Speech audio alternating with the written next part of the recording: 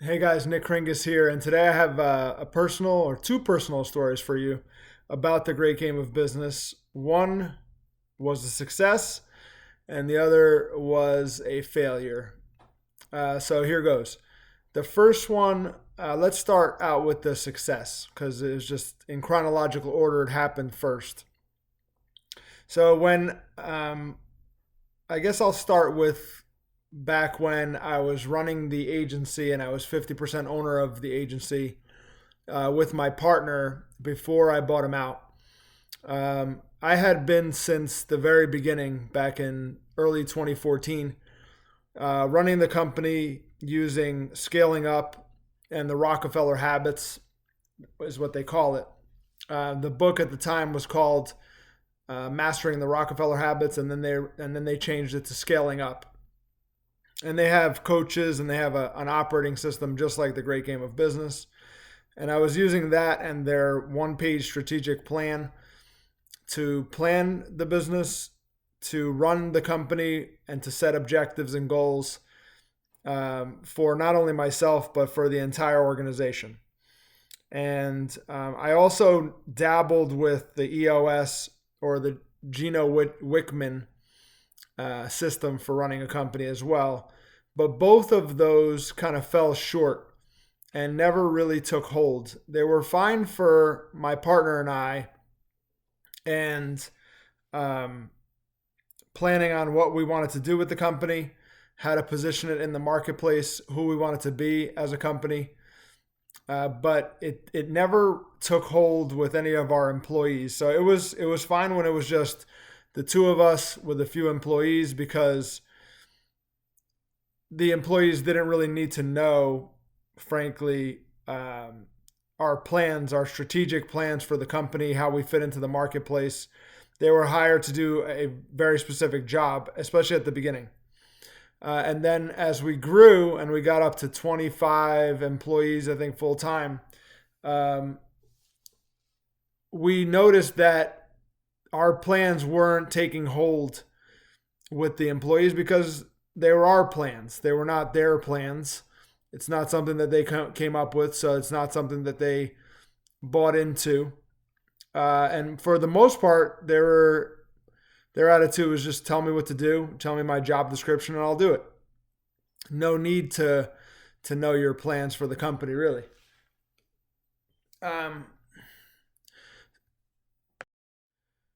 so then I saw that shortcoming, and then when I bought out my partner, and right just before I bought out my partner, I started to study the great game of business in preparation for the buyout and the closing, so that we can hit the ground running with the great game of business. Because I knew that in order to succeed, I'd have to get everybody involved and bought in. We were having declining revenues at the time for a number of reasons. We had a few huge clients that made up the majority of our income, and we lost one of them. So 2019 was our best year by far. And then we had declining revenues from there. So even though I bought my partner out, I knew that I was getting into a business or buying a business that had declining revenues, was coming out of a pandemic, and we wouldn't have the support of the government to keep all these people on for much longer. So I knew I had to do something to get the company on the right track, and I knew that it would take everyone's buy-in to do so. So that's where the great game of business came in. Um, I bought the book first of all, The Great Game of Business. I have it right here, and then from there I bought Get in the Game to learn how to implement the Great Game of Business. I took a few courses. They have an introductory workshop that I took, and also a different course that was a little bit higher, more detail. It was the Master's Business course, actually from Scaling Up, and they have a lot in common, but they were selling access to the Great Game of Business and a Master's Business course in the Great Game of Business. From there, I became a coach. So the first story was a success story. I was facing declining revenues. I had just bought my partner out. we were about to take on debt and the loan payments, principal and interest that came along with them. So we had a lot more pressure than ever before. We had never had debt payments before, so we never had the pressure of being profitable every single month, no matter what.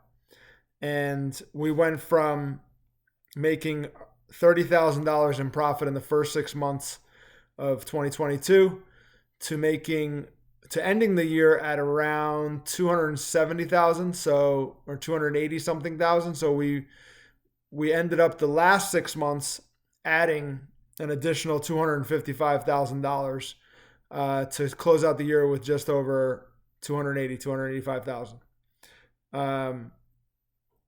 Yeah, I think that's what we closed it at. It was close to that anyway. It was somewhere between $275,000 and $285,000 is what we closed the year at. So, and I attribute that all to the great game of business. When we rolled it out, we opened the books and taught the numbers. One of the first things we did was the dollar exercise, teaching people how a dollar moves around the company. So a dollar comes in one end in revenue, and then it has to go, pay COGS, pay expenses, and then you're left with profit. And we taught people based on a dollar how much we keep at the end of the day from that dollar after paying for COGS and expenses. So from there, we started forward forecasting, looking at our financial scoreboard, which was essentially just our P&L at the beginning. We consolidated down our P&L because we had way too many line items on that P&L at the beginning. I remember one coach telling me at one time, like, you have way too many line items. Like, what are you doing? There's much better ways to break this down. So we consolidated the P&L down into, I believe it's like 12 different line items at this point. Only one revenue, 4 or 5 COGS lines, about 6 expense lines. So for a total of I think it's about 12 or 13 different lines that we have on our financial scoreboard from the P&L. Then we have a few now from the balance sheet, but at the very beginning, it was just the consolidated P&L that made up our scoreboard that we can financially forward forecast from. So from there, right away, people started coming in and finding things that we didn't need, that we were paying for, just kind of throwing money away. And so what I'm going to do now is I'm going to end this video here, and tomorrow I'll get into the failure story. So it's a little cliffhanger. Sorry about that. I thought I was going to get in 2 different stories, but I think it's best to leave it at that. This is the success story of the great game of business for us and for our agency. And then tomorrow I'll tell you about the personal failure that involves my family's restaurant that I owned before owning the agency that recently went out of business. And I'll tell you the entire story there in terms of how the great game of business was not able to save that company. It was able to do some things, but it wasn't able to save it in the end. And we ended up closing the doors. I say we, like it's my family's restaurant. I had no ownership in it at the end, but they ended up closing the doors, and it was too late for the great game of business. But I'll tell you about that story tomorrow.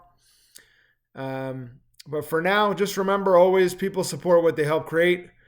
If you have any questions or comments, any success stories from business that you want to share, any failures from business that you want to share, and maybe how they relate to the great game of business, how the great game of business could have helped. If you have any questions like that or any thoughts about that, let me know. As always, thanks for watching.